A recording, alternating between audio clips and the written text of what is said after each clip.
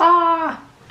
Good morning, everyone. I am in my best friend's apartment and I now live here. Well, at least I'm paying for rent. Hanging out in the area for a bit. I told you I'd be doing this, so I'm just gonna show you what I'm doing. I still have the van, Sherry. I'm still unsure what I want to do with her, but today I wanted to talk to you guys about my journey living in a van and give you some tips about getting into van life if you're still thinking about it. I am going to always travel. I'll be a perpetual traveler, and so as I learn new things and experience things, of course I want to bring you along.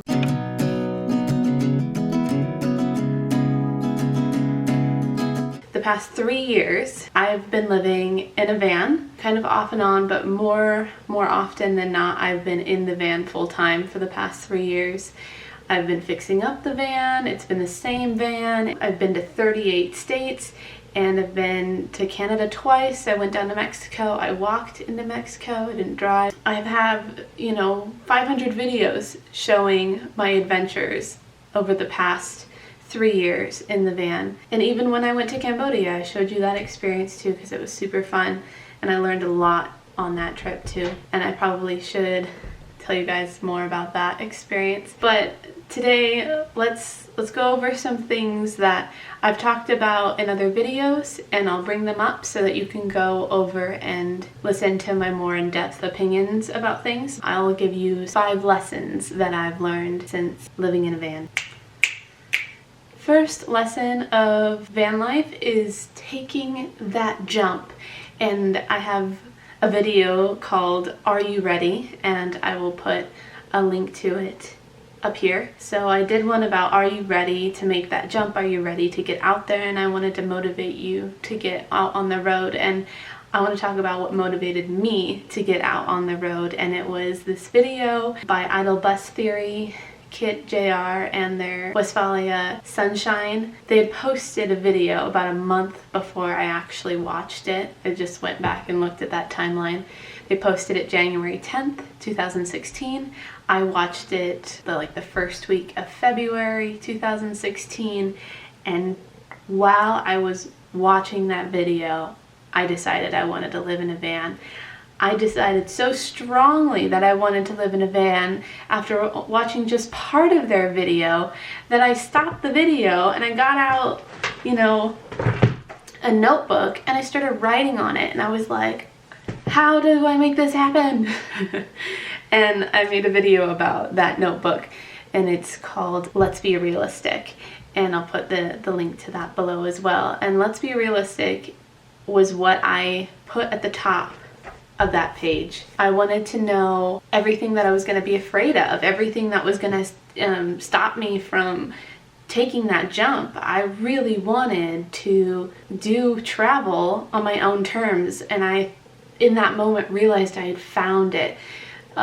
Kit and JR are a couple and they live in their van, but I immediately was like, I don't need anybody else. I can live in a van by myself. I know how to drive. I know how to feed myself. It would be amazing if someone came along, but at that point I had planned, I think, 5 different trips, and every single one of them fell through because they were with other people, and I was so frustrated. So if you are someone who loves travel and just the travel bug bites so hard and you need to get out and do something about it, but every time you try, you're doing it with other people, there are tons of resources out there and tons of different ways of travel so that you can have the impression of not being alone, you can learn how to travel alone, and really go have the life that you want. And that's what I've been striving for since I graduated high school. I really didn't understand what kind of person I would be, what kind of person I wanted to be. Lesson number 1 was the motivation to follow through on the whole process. From the moment I watched that video, like February 7th, 2016, until August 10th, 2016. About 6 months before I was on the road, from ideas forming in my head to driving away from my parents' house in my van, was 6 months. I have a video of some of that process. It's my tour video, and I'll put a link down below for that, it's my first tour video. I've done a few since then. So that one shows my dad helping me make the van, and shows the day after I bought the van, going and looking at the inside, so you can see the beginning of Sherry, that she was just like a passenger conversion van. So number two, lesson number two that I learned being on the road is that you can be alone and not lonely. And it's not that I like went on the road and it was like, oh, I'm so happy to be here by myself all the time. It was like, I'm so alone. Oh my gosh.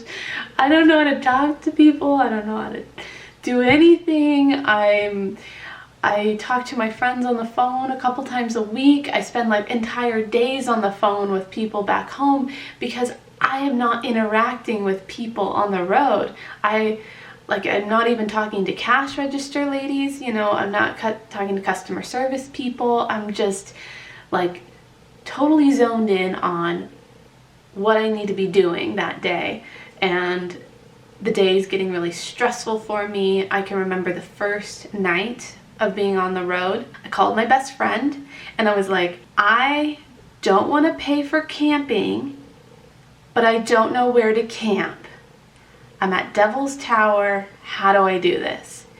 And of course she didn't know what to tell me. She was like, hey, you live in a van. Like, do something, you know? I don't know what to tell you. I'll just sit on the phone with you until you figure it out.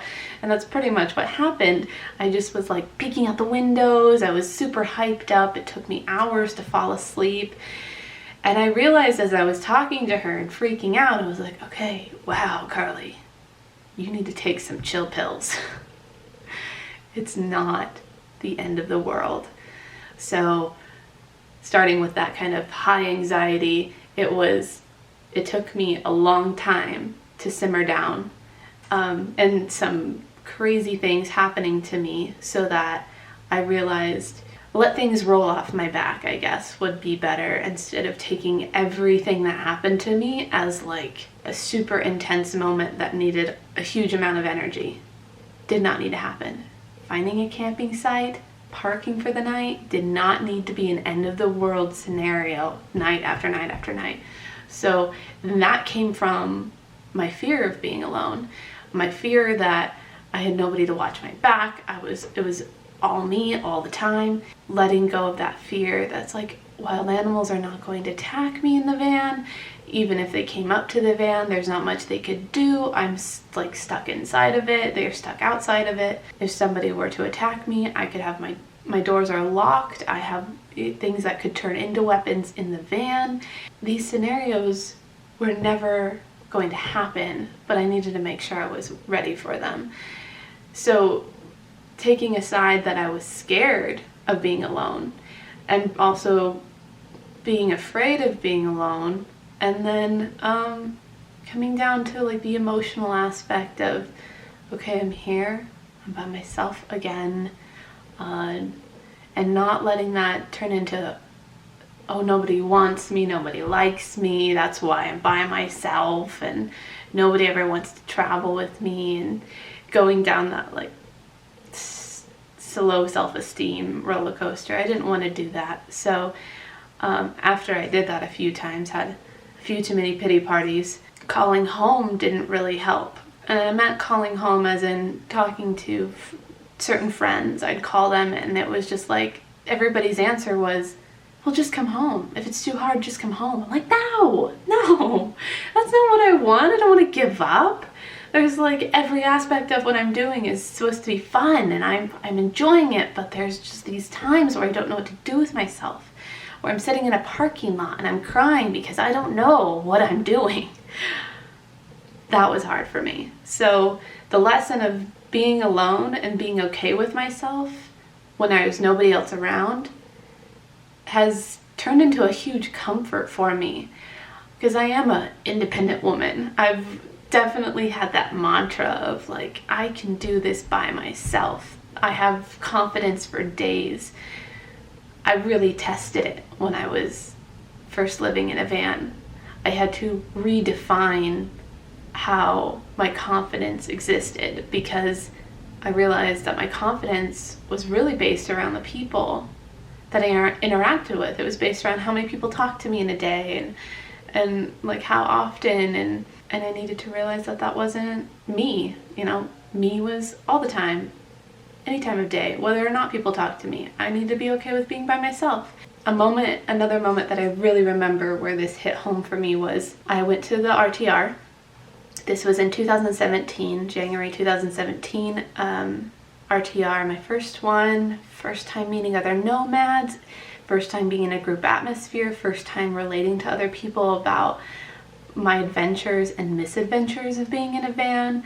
Everything about that first RTR helped me be okay with living in a van. So I put in the Tin Can seminar, which is where you ask a question and you write it on a piece of paper. You don't have to put your name, you put it into a can, and then the community responds.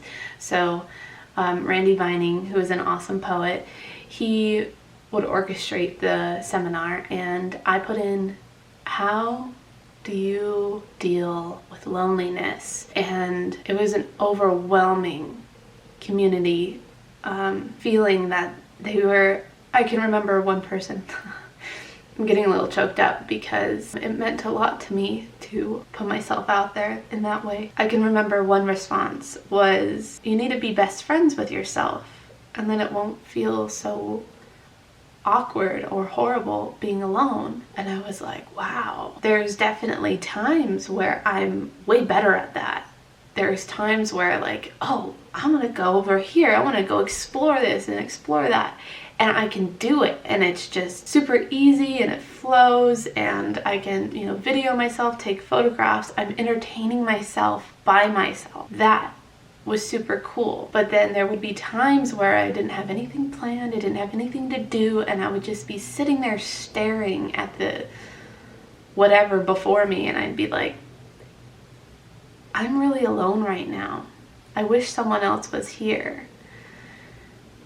But that wishing that someone else was here turned into a very low self-esteem moment, instead of it just being like, oh, it'd be cool if someone was here, maybe I should give someone a phone call, like taking care of myself, realizing, oh, I'm feeling lonely, I should do something about it, or I should get myself busy, instead of it turning into like the next 3 days, this feeling and not doing anything about it. So that moment of being in a community, reaching out to them, getting a response was super therapeutic. And I remember that obviously till today. That's my second lesson, is dealing with loneliness. So motivation and loneliness. If any of you have learned any lessons while living on the road or traveling, please leave them down in the comments below. I'm super interested in knowing other things that we have in our toolkit after having crazy experiences like being nomads, because it's so counterculture, it's so on the fringe, and it's hard to get your family and friends to surround you as you make this life change. So if you have any tips or tricks or lessons you've learned over the years, please leave them down below. So the third lesson that I've learned while being on the road is that I have to live my life for me. And this is something that I've been learning over time, because we all have our really bad habits, and we all are either people pleasing or don't know how to take responsibility for our lives. So we end up doing a ton of things that we don't want to do. And I am 25 and I have like 25-year-old reasons for wanting to change my life, but I have a ton of friends who are nomads who are 45, 55, 65, even 75, and have their reasons for why they wanted to go on the road, and it was to live their life on their terms. That kind of realization that people need a lifestyle change in order to start living the way they want to live. They've raised their children, or they've divorced or lost a family member, and they need to have a huge life change that's full of adventure, but also full of like quiet time and less stress. And so I know I've gone over that. I can be extremely high stress and anxious while living on the road, but I didn't have a job that I needed to be ready for. I wasn't ever going to be late for anything. I could, go stay at somebody's house for a few days, take some weight off my shoulders, and everything was within, arm's reach as far as taking a more relaxing route. And I realized that once I found a community of friends, I could caravan with them, which helped me relax a little bit more. And also having the west coast of the United States as an easier place to find camping. Free camping also brings down the stress a lot too. So learning tricks of the trade there is super helpful. But choosing a lifestyle that fit my personality and realizing other people did the same thing for whatever reason was super cool, and a lesson that helped me relate to others and listen to their stories and pick out where we could relate to each other, because there's such a diversity of people on the road. The only thing that does bring us together is that our home is on 4 wheels. And how do we do that? Like, how do you go to the bathroom? How do you take showers? How do you do laundry? How do you make friends? Where do you go? What seasons are you where? And where's your home base at? And then going into, like, once you learn all those things, going into, like, oh, you're from this state, like, what was your job before this? What is your job now? What are you, what's your goals with this? Are you wanting to do a Pan America tour, or are you wanting to just, like, go between here and your house because you live on the road part-time? Relating to others was a huge lesson that I learned of, relating to others at any age. And making a community around a campfire has been really fun. So lesson number 4 of living on the road, and kind of just a lesson for, like, all aspects of life, is when you don't know how to do something, you don't know what to do, you're so confused about what's going on, what to do next, you don't have anybody to ask a question to, you're stuck. You're stuck on something simple, maybe something more complex. Go to YouTube, go to Facebook, go to the interwebs. This is something that I've learned from my friend Kyle. Whenever he's stuck in a rut on something, he doesn't understand it, he never learned it, whatever, he goes to forums and asks questions. He goes to YouTube and looks up videos. That's what my dad does too. When he's stumped on mechanic work, he goes to YouTube. So if you can always have access, or a decent amount of access, to the internet, please use that as a crutch to get through living in a van, because there are so many resources out there. The term van life is so well known. It's been on pretty much every news network at this point, every platform. There's enough people out there that know somewhat what you are needing help on, that you can ask them. You can ask a real person, or you can get a video tutorial on it. And if you have any questions on basic things or how I do things, leave them in the comments below this video. I would be more than happy to make videos on some basic things that you still have questions about, or I can point you in the right direction. And I know when people are frustrated about finding a community, frustrated about finding a caravan, because that's a term people throw around, that they are caravanning, it just means that 2 or more people are driving together and they'll camp together that night. You could know them for 10 minutes, you could have known them for 3 years. It doesn't matter any of that. It's just 2 or more people wanting to camp together. So if you want to find someone like that, I would go to Facebook groups and just being like, I'm gonna be in San Antonio, Texas. Anybody want to hang out? Let's meet up. And you can do it in any fashion that feels safe for you. You can also go to Bob Wells. He's got a website, it's got a forum on it. It has literal forum threads that are just for meeting up with people, just for looking up events that are coming up, whether they're organized or unorganized. Yeah, big events that are coming up in the future, or big events that people want to start. And I know this past November through January time frame, there is tons of events happening, and back to back to back. So you can hook up with a group of people that will then be together for the next 4 months. There's also certain towns like Quartzsite and Slab City that there always is going to be some nomads of some sort. So I would never be afraid of not being able to find anybody. I just had no idea that there was a huge community out there. I literally thought that we were islands out in the sea and we were never going to meet each other. I knew there might be some people out there, but I didn't know that they talked to each other. But if you're watching this video, you already know that that's not the case, that nomads really do want to make friends. We just tend to be by ourselves a lot more often than the average person. Lesson number 5 about living on the road is learning your rig, your vehicle. I know a lot of people who just, don't live in the van life. They live normal lives, have a house, have a car, have a job, do all that fun stuff, and they do not understand their vehicle. They don't even know how to check their oil.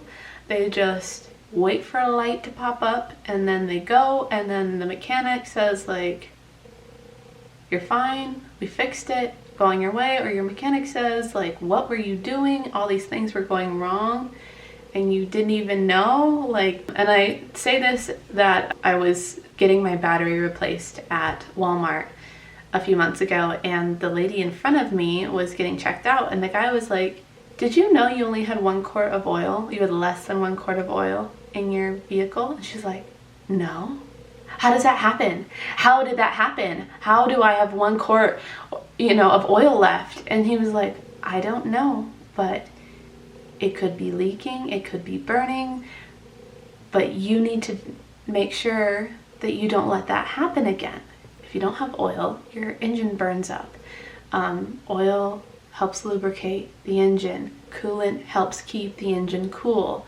They're really important things. So your liquids in your engine, checking them are so important. So if I've learned anything, and the reason why I'm not on the road right now is because my engine wasn't top shape. And there is obviously there is a limit to everyone's knowledge, and there's a limit to everyone's resources. But if I can tell you one thing, it would be to get the vehicle that you have bought or want to buy checked out by a real seasoned mechanic. Have someone you trust check out the engine, check out and show you things. They could be like, this doesn't look good, this looks good. This is bad, this is good. This is how you check your oil, this is how you check your coolant. It looks like you got a transmission leak. Does it look bad? Does it look, like it needs to be fixed? And then drive the van or vehicle around and just give it a thorough run through so that you don't spend another $2,000 plus, who knows how much your build out will be, putting in your home aspect to the van or the vehicle, and it ends up that your engine explodes after you've been on the road for a couple weeks. That's super frustrating. It's taking 3 steps forward and 10 steps back at that point. I would really, really drive home that you either, if you're a mechanic already, awesome. You don't need this lesson. You already know what to do as far as this is concerned. But for those of you who don't know anything about your vehicle or about vehicles in general, I would highly recommend asking family members, friends, going to mechanic shops, asking people to give you information, using that internet resource. But it's way better if a person who works on Dodge vans tells you what your Dodge van is doing. Someone who works on those vehicles regularly can help you out. It's really frustrating when you do have a mechanic, you don't know if you can trust them, and they end up being an expert on not your kind of rig. They could be a diesel mechanic and you've got a gas engine, and they specifically chose to be diesel mechanics and they learned diesel mechanic stuff. So it can't just be any mechanic. You need to have someone who has worked with the vehicle that you're trying to purchase or you've already bought. It's the horror stories. That's the horror stories where you buy that fancy Sprinter, but you didn't research which year. And you find out that that was the year that the engine would fall out. You find out that that's the year the transmissions exploded. And you bought it secondhand and you can't get the warranty, or you know, there's XY reason why you can't have someone else pay for the fix and you have to eat the whole fix, and or sell it for peanuts and you put all that money into the interior. So I know I'm going over this a lot, but I really want to bring this home that you are not a van lifer, you are not a nomad without your vehicle. I love traveling, I love full-time travel, and so I will keep at it. But as far as my van lifing adventures, they're on hold right now because I need a better vehicle. And if I'm gonna get a better vehicle, I need to have more money to put into that. So if you need to take extra time to save up extra money, please do that. The road will always be there.